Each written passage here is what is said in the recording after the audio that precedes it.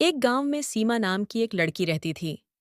वह हमेशा सुनसान जगहों से डरती थी, लेकिन एक रात उसे देर से घर लौटना पड़ा।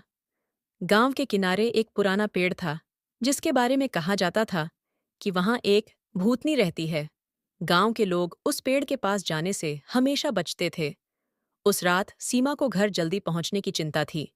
रास्ते में उसने देखा कि उसके चारों ओर अजीब सी खामोशी है। अचानक पेड़ के पास से एक धीमी सी आवाज आई। सीमा ने सोचा कि यह उसकी कल्पना होगी और वह तेजी से चलने लगी। जैसे ही वह पेड़ के करीब पहुंची, उसे एक ठंडी हवा का झोंका महसूस हुआ। उसका दिल जोर से धड़कने लगा। तभी उसने पेड़ के पास एक सफेद साया देखा। साया धीरे धीरे उसकी ओर बढ़ने लगा।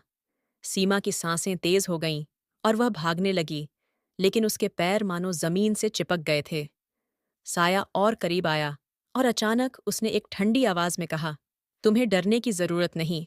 मैं वही हूं जो बरसों से यहां इंतजार कर रही हूं। सीमा की आंखों के सामने अंधेरा छा गया और जब वह होश में आई तो वह अपने घर के दरवाजे पर पड़ी थी। उसने अपनी माँ को सारी बात बताई, लेकिन उसकी माँ ने उसे बताया कि वह रात के समय कभी बाहर नहीं गई थी। तब से सीमा कभी उस रास्ते से नहीं गुजरी और लोग कहते हैं कि उस रात कुछ ऐसा हुआ था जिसे सीमा कभी भुला नहीं पाई।